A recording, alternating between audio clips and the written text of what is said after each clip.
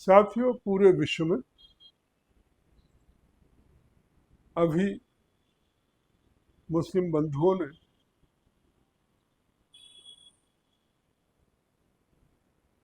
ईद का त्योहार मनाया। आप जानते हैं कि ईद का त्योहार रमजान का जो महीना रहता है, एक महीने तक फास्टिंग करने के बाद मनाया जाता है। रमजान के महीने को पवित्र माना जाता है और इस दौरान ये माना जाता है कि यदि कहीं आपस में झगड़े चल रहे हों, उन झगड़ों को बंद कर देते हैं। परंतु इस बार कुछ अजीब सी बात हुई। रमजान के महीने में जितना संघर्ष मुस्लिम देशों के बीच में हो रहा है, उतना शायद कभी हमने देखा हो। मुझे याद नहीं आता कि इस ढंग का जो है रमजान का महीना जिसमें कि इस्लामिक देशों में जो है आपस में खून खराबा हो रहा है। आप देखिए, अफगानिस्तान और पाकिस्तान के बीच में इतने मुस्लिम मारे जा रहे हैं और पाकिस्तानी सेना ने तो हद कर दी कि वहाँ के एक हॉस्पिटल को बम से उड़ा दिया गया, जिसमें कि रोगी लोग थे, पेशेंट थे और 300-400 के करीब लोगों को मार दिया गया और सैकड़ों घायल हुए। अब ये कौन सी मानवता है कि आप रमजान के महीने को एक तरफ पवित्र मानते हो, रमजान के महीने में जो है फास्टिंग करते हो, इस दौरान युद्ध वगैरह बंद कर दिया जाता है और उसी दौरान दोनों मुस्लिम कंट्रीज में आपस में युद्ध चल रहा है। यही स्थिति पाकिस्तान और बलूचिस्तान के बीच में चल रही है।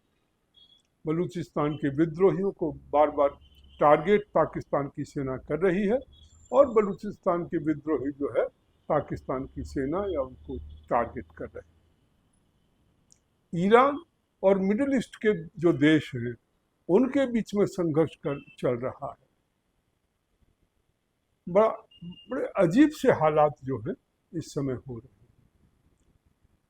परंतु इस सब के बीच मुझे लगता है कि भारत के मुसलमान बहुत भाग्यशाली हैं कि वो भारत में है और भारत में सांप्रदायिक सौहार्द और सुरक्षा के वातावरण में वो ईद मना रहे हैं। तो निश्चित रूप से ये हम सब के लिए बड़े गौरव की बात है कि जब सारी दुनिया में मुस्लिम आपस में लड़ रहे हों, आपस में संघर्ष कर रहे हों, खून खराबा हो रहा हो, उस दौरान भारत जो है एक शांति का देश बना हुआ है, शांति का टापू बना हुआ है और यहाँ पर पूरे देश में उन्होंने बड़े सौहार्द के माहौल में, सुरक्षा के माहौल में ईद मनाई। इवन उत्तम नगर में, जिसके बारे में कहा जा रहा था कि वहाँ जो है कुछ स्थिति खराब हो सकती है, जहाँ तरुण का होली के अवसर पर इस्लामिक जिहादियों द्वारा मर्डर कर दिया गया था, वहाँ पर भी ईद बड़े शांतिपूर्ण वातावरण में मनी। पुलिस ने जो भी बंदोबस्त किया, जिस ढंग का भी बंदोबस्त किया, हालांकि हिंदू उससे नाराज हुए और उन्हें लगा कि उनके साथ अन्याय किया जा रहा है। जब उनके त्योहार होते हैं तो ऐसी व्यवस्था नहीं होती और जब कोई घटना दुर्घटना हो रही है तो पुलिस पहुंच नहीं रही है। पुलिस का रिस्पॉन्स भी जो है वो सही नहीं था उस समय। परंतु इस दिन, ईद के दिन, पुलिस ने बड़ी चाक चौबंद व्यवस्था जो है की हुई थी दिल्ली में और विशेष रूप से उत्तम नगर। तो इस रूप में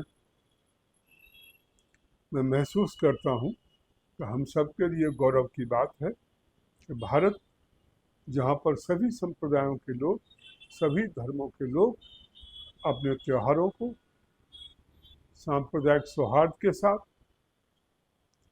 सुरक्षा के माहौल में मना पाते हैं। राष्ट्रवादी पार्टी इस ढंग के सांप्रदायिक सौहार्द को बनाए रखने के लिए और सुरक्षा का माहौल बनाए रखने के लिए दिल्ली पुलिस को धन्यवाद देती है और उनसे अपेक्षा करती है कि हिंदुओं के जब त्यौहार होते हैं उस समय भी इसी ढंग की चाक चौबंद व्यवस्था होनी चाहिए। हमने देखा है रामनवमी के अवसर पर प्रायः कई वर्षों से लगातार पत्थरबाजी उनके जुलूसों में होती है। मैं अपेक्षा करूंगा कि इस बार रामनवमी के अवसर पर इसी ढंग का चाक चौबंद व्यवस्था सुरक्षा की हो, सांप्रदायिक सौहार्द की हो और पुलिस पूरी मुस्तैदी के साथ ये व्यवस्था करे। साथियों, इस वीडियो को शेयर करिए, कमेंट्स करिए और भारत की एक जो विशेषता है, यहाँ पर विभिन्न धर्मों के लोग पूरे शांति के साथ और मिलजुल करके रहते हैं, उस चीज़ पर हमें गर्व करना चाहिए और हमारी सरकार या हमारा पुलिस विभाग उस चीज़ को पर ध्यान देता है और ऐसी व्यवस्थाएं करने पर विशेष व्यवस्थाएं की जाती हैं। इस पर हम सबको गर्व करना चाहिए। बहुत बहुत धन्यवाद।